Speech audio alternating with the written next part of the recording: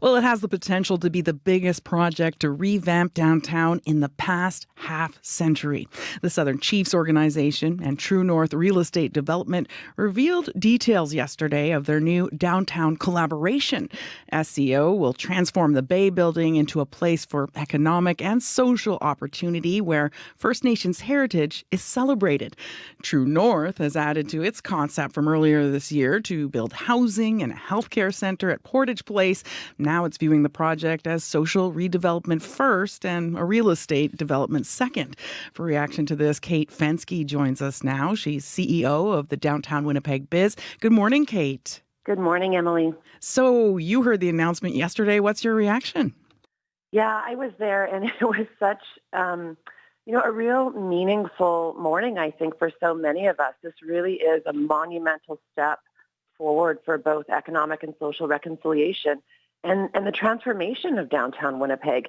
And when I think about it, what was so evident yesterday is that we are going to be doing things in a different way. There is a level of collaboration happening in this city that we haven't seen in decades.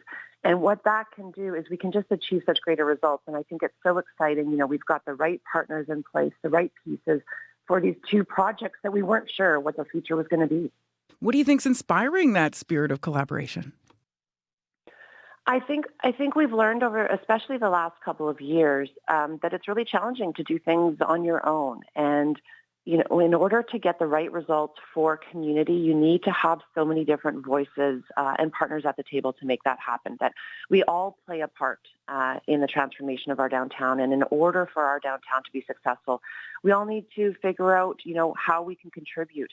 And I think one of the reasons why it's so important, especially these two projects led by True North and by Southern Chiefs organization, our downtown has to be successful in order for our city and our province to be successful. And that's what we heard at the announcement yesterday from decision makers, from the premier to the mayor to the federal government.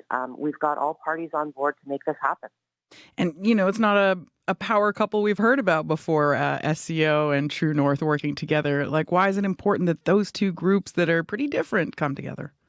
Yeah, it's really exciting. I think when we first heard about these projects, both of them on their own would be game changers for downtown, but they're across the street from each other. And when we look at the opportunities, both of them are looking at bringing in more housing, which is so critical both for our city but for our downtown. We need more residents living downtown as things have shifted in terms of not as many workers, but also community amenities and supports. And that's really what's critical for our downtown, is that we're creating a neighborhood for the people, the 18,000 people that already live downtown. What are the things that they are going to need? But also as we grow and as we shift and as we change. So when I think about reconciliation and how Winnipeg is really leading in that area in Canada, this is something that we haven't seen before. You have a private company that is locally invested, and you have Southern Chiefs organization working closely together to find where there's opportunities. So we're talking about training opportunities for Indigenous peoples, education opportunities, housing, and sharing of resources. I think it's just a different way at looking at how we do development, and it's really exciting. What else stood out to you about this Southern Chiefs and True North announcement?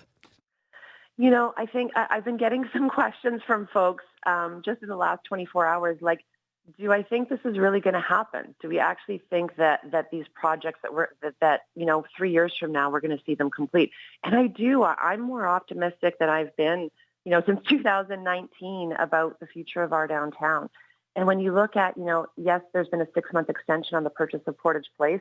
That makes sense. Absolutely. They are doing their due diligence. They are consulting with the community. Southern Chiefs organization, I had a tour of Wayway Kinagon and in there, and they're really doing that project very carefully, making sure that they are archiving historic artifacts, that they are putting more material into recycling than landfill. So both of these leaders in our community are taking their care and caution with these projects to make sure they're done right. Mm. And, as we're reimagining downtown Winnipeg, like, how much is riding on this? Like, how much pressure is there to get it right as we move towards the 2030s? I think both of these projects are so important for our downtown. It's almost 2 million square feet. We have a large downtown, though there are other exciting projects happening at the other end of Portage in Maine with the Manitoba Métis Federation and the National Heritage Center there. but there's still gaps. We still have a long way to go. When we look at Portage Avenue, in our zone, we've got a 30% ground floor vacancy. And what's really critical for businesses right now is businesses need people, customers. And so it's also, what does our downtown look like? How are we judged when people come here and visit? So there's some basic infrastructure things along Portage Avenue that really could use some investment. If we've got, Indigenous governments and organizations and private sector investing in our downtown, we need to make sure as well that governments are looking at what role can they play. And we heard that yesterday from the Premier and the Mayor that they want to support these projects, make sure they're successful, but downtown overall as a whole. Exciting times. Meanwhile, David Thompson was at the announcement as well. He was listening in but didn't speak. He's a partner with True North in the ownership of the Jets, and he has the financial means to help with these projects. What did you take from him being there?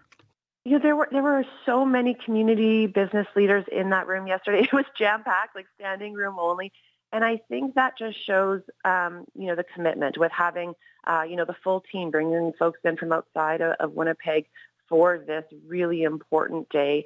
I think it just shows a level of commitment that's there, a level of optimism and collective will to make these projects happen.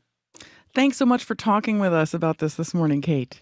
Thanks, Emily. We're really excited. I can tell from your reaction. That's great. Kate Fenske is CEO of the Downtown Winnipeg BIZ.